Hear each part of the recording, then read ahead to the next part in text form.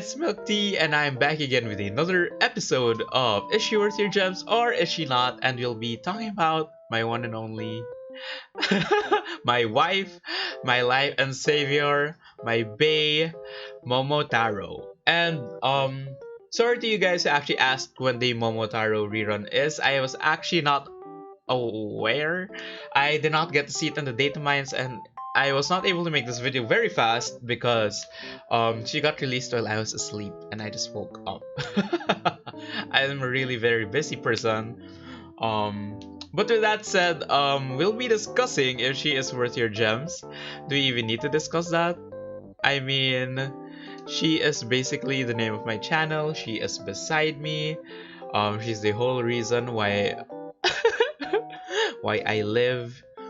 But we'll be checking her out here because she has full details and full stats here. So look at what she's wearing. Her ribbon, I swear it's so cute. She has the best art in this game. She also has the best sprite in this game. Everything about her is just so pretty, especially the sword. Perfection.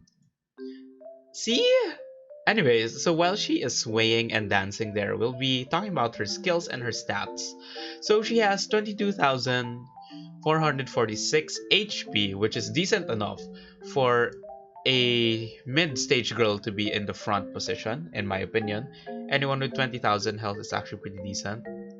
She has agility of 1750, and 1750 for me, based on PvP experience, is the normal speed for a girl, in my opinion. So I'm thinking that anything below 1750 is actually pretty slow. 1750 is actually pretty decent enough for you to outspeed a lot of girls with proper memoirs and to be just decent. Anything below that kind of sucks. But with that said, let's get into her skills. She has Slash of Brilliance, which is basic, of course. You slash, then you get Brilliance Recovery. Done.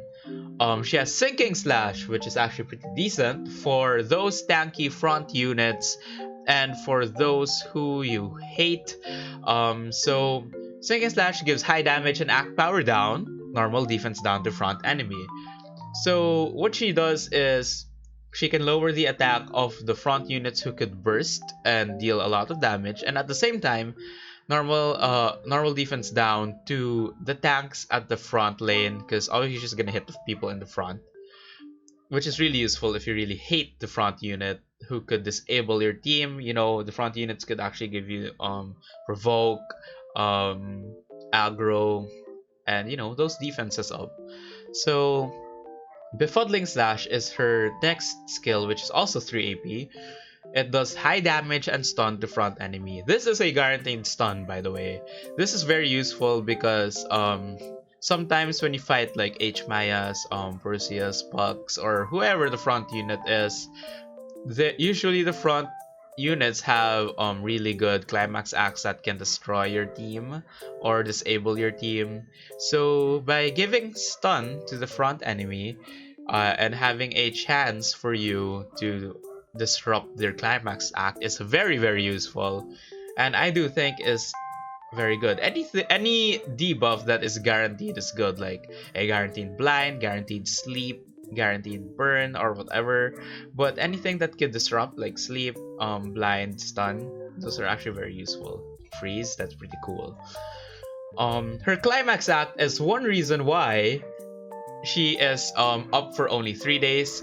Besides being a bait banner, she's actually, I guess, in my opinion, one of could be a premium unit. She is actually that good that I think she's a birthday unit. And she's so pretty. But anyways, her climax act is Oni Slayer, so you have to listen because this is why she is S.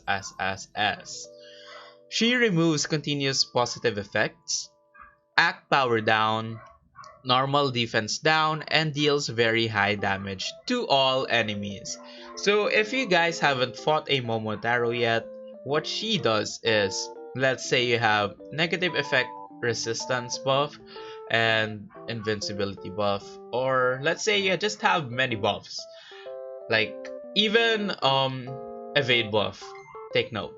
So let's say you have evade buff, crit buff, attack buff, whatever buff you have. First, she removes the buffs, all of your buffs, regardless of what it is. She also adds up act power down and normal defense down before attacking you with that sword and mountain, whatever that climax act is. But what she does is she removes all the continuous positive effects, like literally, and puts those down before attacking. So she deals very high damage and at the same time double damage because your defenses are down. So she is one to look out for. If you're planning to give her a memoir, I suggest give her the Hatsune Miku memoir or the poolside memoir wherein she has perfect aim. You could also give her butterfly memoir so that you can outspeed other Momotaros up in the lineup. And yeah, that's why she's a monster. Her unit skill is 13. Yeah, I got a couple of dupes from her after getting her in her banner. Her auto skill is Fortitude, which is good, and Evade, which is really good. So at the start, you will be safe from the first hit, especially now in this meta. Usually for people who use mid, Momotaro is common to be in front, so she won't get hit at the first, and she'll survive the finishing act because of Fortitude, which is really, really great, honestly. That's really a nice set for a sage girl like this. She has dexterity plus 8%, which is very useful because, as again, her ult is really crazy good. Some give her brilliance with evade, which is actually really good.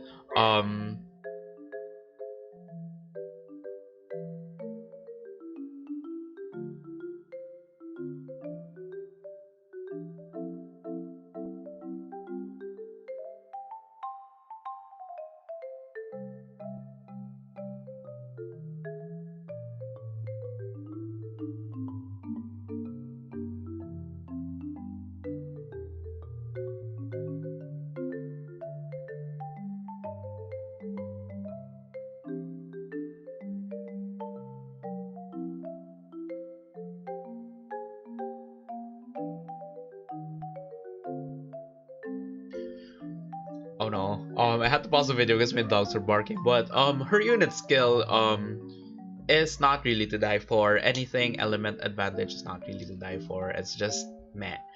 I wish they gave her actually a better one. If they gave her a mid global, she'd be really up there in the charts, honestly. And I will be so lucky because I got a couple of dudes. But with that said, is she good in PvE and PvP? PvE, sure. I actually used to make her my guest formation thingy, like for people to use, because she's actually pretty cool. She removes the boss of the enemies, blah blah. But she's just okay for PvE in my opinion, because there are other better PvE units. But for PvP, she is everything. She is up there. I always bring her with me along. She is my YouTube channel's name. How else would I express my love for her? With that said, is she worth your gems? 1,000, a million percent yes. But take note, she is released because she is good, and a team is just planning to bait your gems because it's just 3 days, and within 3 days we are gonna be getting Bandori collab, so be careful with that. I do think it's also nice to start re-rolling for a good starter account because you have Groom, you have Mayfan, and you also have Momotaro, so do well with your gems, I guess. But with that said, is she worth the gems? 100% yes, 1,000% yes, a million percent yes. I'm so happy to actually be reviewing her in my channel. I'm actually so happy. But with that said, and with Momotaro being here, I hope you guys enjoyed this video. So please leave a like and a comment on how my videos are, and see you guys next time. Bye!